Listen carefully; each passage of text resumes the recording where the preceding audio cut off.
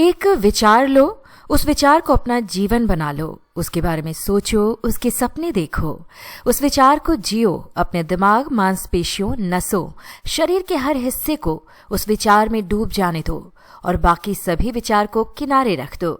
यही सफल होने का तरीका है। स्वामी विवेकानंद। वीडियो को लाइक जरूर करें। नमस्कार दोस्तों, मैं सिरांधा एक बार फिर से हाजिर हूं लेकर हिंदी में द हिंदू अखबार से करंट अफेयर्स के कुछ मुद्दे। तो चलिए शुरू करते हैं। Food safety and standards authority of India. Food safety and standards authority of India की स्थापना खाद्य सुरक्षा और मानक अधिनियम 2006 के तहत हुई।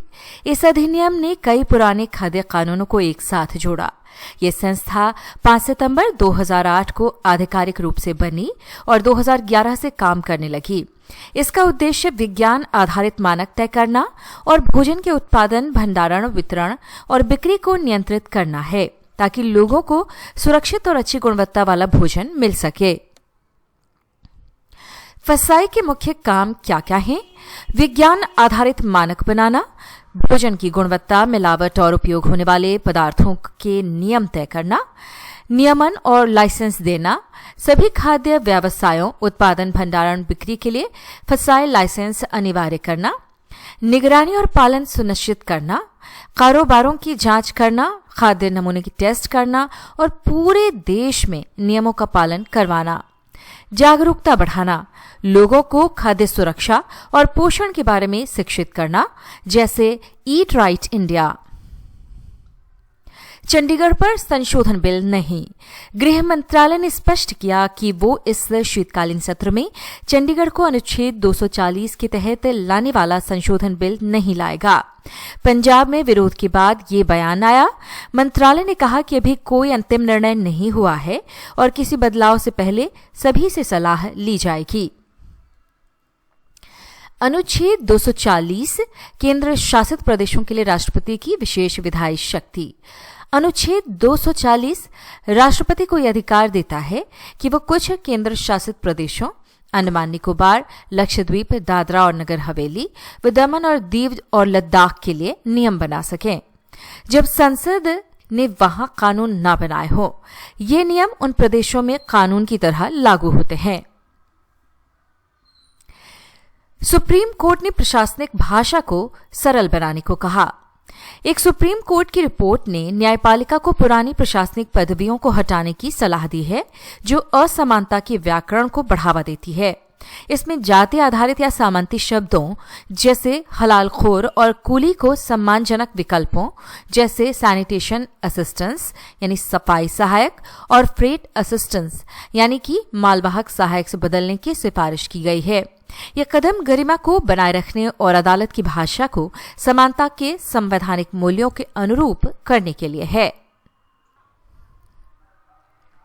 न्यायसंगत बदलाव तंत्र। ब्राजील में हाल ही में हुए COP30 जलवायु शिखर सम्मेलन में एक न्यायसंगत बदलाव तंत्र विकसित करने पर सहमति बनी है। इस योजना का उद्देश्य ये सुनिश्चित करना है कि स्वच्छ ऊर्जा की ओर वैश्विक बदलाव निष्पक्ष हो और जीवाश्म ईंधन जैसे उद्योगों में परिवर्तन से प्रभावित श्रमिकों और समुदायों की मदद करे।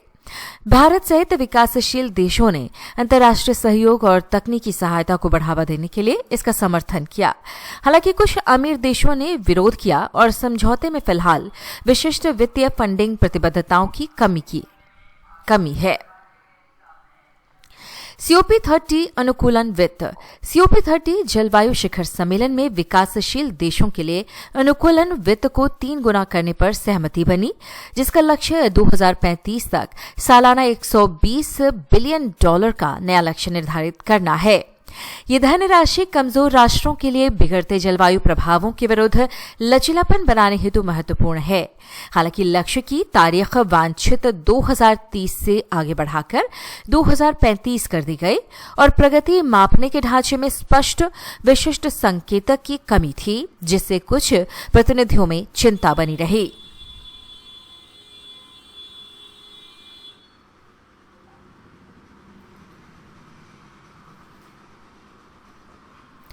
न्यू कलेक्टिव क्वांटिफाइड गोल। न्यू कलेक्टिव क्वांटिफाइड गोल एक वैश्विक जलवायु वित्त लक्ष्य है जो पुराने $100 अरब वाले लक्ष्य की जगह लेगा। ये तय करेगा कि विकसित देश विकासशील देशों को उत्सर्जन कम करने, जलवायु प्रभावों से निपटने और लचीलापन बढ़ाने के लिए कितनी वित्तीय मदद देंगे। इसका उद्देश्य बड़ा, न्यायसंगत और दीर्घकालिक होना है। इसका लक्ष्य है कि विकसित देश 2035 तक हर साल कम से कम $300 अरब विकासशील देशों की जलवायु कार्रवाई के लिए जुटाएं।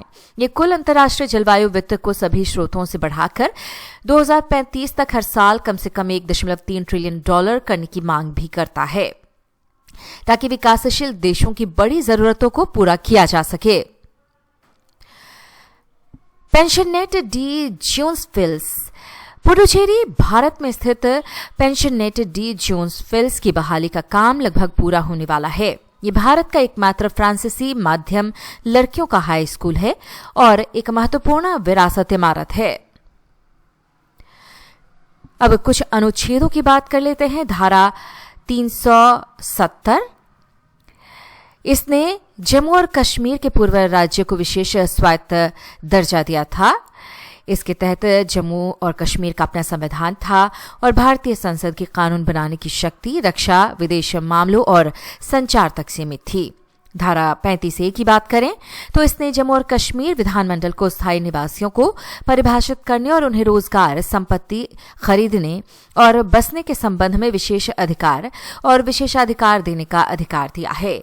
ये इन कानूनों को मौलिक अधिकारों के उल्लंघन पर चुनौती से बचाता है। भारतीय संविधान का अनुच्छेद 356। अनुच्छेद 356 के तहत यदि किसी राज्य में सरकार संविधान के अनुसार काम नहीं कर पाती तो राष्ट्रपति वहां राष्ट्रपति शासन लगा सकते हैं। इस दौरान राज्य का प्रशासन राज्यपाल केंद्र सरकार की ओर से चलाते हैं। यह कदम तब उठाया जाता है जब राज्य में संवैधानिक व्यवस्था विफल हो जाती है। African grey parrot. African grey तोता पश्चिम और मध्य अफ्रीका का बहुत बुद्धिमान पक्षी है। ये इंसानी आवाज और शब्दों की नकल करने के लिए मशहूर है। पालतू व्यापार में तस्करी के कारण इसकी संख्या घट रही है। IUCN ने इसे एंडेंजर्ड की सूची में रखा है, इसलिए संरक्षण जरूरी है। लेप्टोस्पायरोसिस महामारी। तूफान मेलिसा के बाद जमैका में लेप्टोस्पायरोसिस महामारी घोषित की गई है। ये बाढ़ के पानी से जुड़ी है जो जानवरों के मूत्र से दूषित हो गया था। 6 मौतें हुई हैं और कई मामलों की पुष्टि या आशंका है। फिलीपींस ने नेग्रोस ऑक्सीडेंटल और सेबू में भी हाल की बाढ़ के बाद मामलों में वृद्धि दर्ज की है। संगाई महोत्सव। मणिपुर का सबसे बड़ा सांस्कृतिक कार्यक्रम संगाई महोत्सव 21 नवंबर 2025 को 2 साल के अंतराल के बाद शुरू हुआ। ये 10 दिवसीय आयोजन आंतरिक रूप से विस्थापित लोगों और कोकोमी जैसे नागरिक समाज समूहों के कड़े विरोध का सामना कर रहा है। इन समूहों का मानना है कि चल रहे जातीय संघर्ष और विस्थापन संकट के बीच एक भव्य पर्यटन उत्सव आयोजित करने का राज्य का निर्णय असंवेदनशील है। प्रदर्शनकारियों द्वारा कार्यक्रम स्थल में घुसने की कोशिश के दौरान झड़पें हुई हैं, जिसके कारण दर्शकों की उपस्थिति कम रही। किशोर न्याय बोर्ड। ये एक अदालत जैसा निकाय है जो 18 वर्ष से कम आयु के उन बच्चों के मामलों को देखता है जिन्होंने कोई अपराध किया हो। इसका उद्देश्य उन्हें दंड देना नहीं बल्कि उनके सुधार और पुनर्वास को सुनिश्चित करना है। इसमें एक न्यायिक मजिस्ट्रेट और 2 सामाजिक कार्यकर्ता शामिल होते हैं। किशोर न्याय बोर्ड के सामने 55% से अधिक मामले लंबित हैं। अक्टूबर 2023 तक ये देरी 50,000 से अधिक बच्चों को प्रभावित कर रही थी। इसका मुख्य कारण कर्मचारियों की कमी और खराब डेटा प्रबंधन है। रिपोर्ट के अनुसार 24% किशोर न्याय बोर्ड में न्यायाधीशों की पूरी बेंच नहीं है, जिससे किशोर न्याय अधिनियम का बाल केंद्रित उद्देश्य कमजोर हो रहा है। और दोस्तों, हम हाजिर हो गए हैं मानचित्र भारत का लेकर। तो एटलस लेकर आप ही बैठ जाइएगा, क्योंकि हम इसमें चिन्हित करके लाते हैं कुछ महत्वपूर्ण जगहों को जो आपके लिए बहुत ज़रूरी हैं करंट अफेयर्स के नज़रिए से।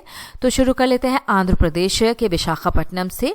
विशाखापट्टनम के पास प्रस्तावित अडानी सीमेंट प्लांट का यहाँ पर विरोध किया गया है। वहीं आंध्र प्रदेश के ही विजयवाड़ा में पुलिस ने ड्रग के खिलाफ साइकिल रैली निकाली। तो तमिलनाडु के मुख्यमंत्री ने कम आबादी का हवाला देकर मदुरई मेट्रो परियोजना को अस्वीकार करने पर केंद्र सरकार को पत्र लिखा है। वहीं आपको बता दें कि कर्नाटक के हुबाली में ऑटो चालक ने शराब पीकर गाड़ी चलाने पर रोके जाने के बाद खुद को आग लगा ली। तो वहीं हरियाणा का राखीगढ़ी कहां पर है? आप सभी ने सुना होगा। हड़प्पा सभ्यता, उन्नत शहरी जीवन और प्राचीन संस्कृति के लिए जाना जाता है राखीगढ़ी, और ये है कहां पर? हरियाणा में। तो दोस्तों, उम्मीद करती हो कि एक बार फिर से ये रिवाइज हो गया होगा आप सभी का इन जगहों के बारे में। और आपको एक बार फिर से याद दिला दूं कि PDF फाइल जो है वो हमने कमेंट सेक्शन में डाला हुआ है। और इस वीडियो को देखने के लिए आपका बहुत बहुत धन्यवाद। एक और वीडियो के साथ हम फिर हाजिर होंगे।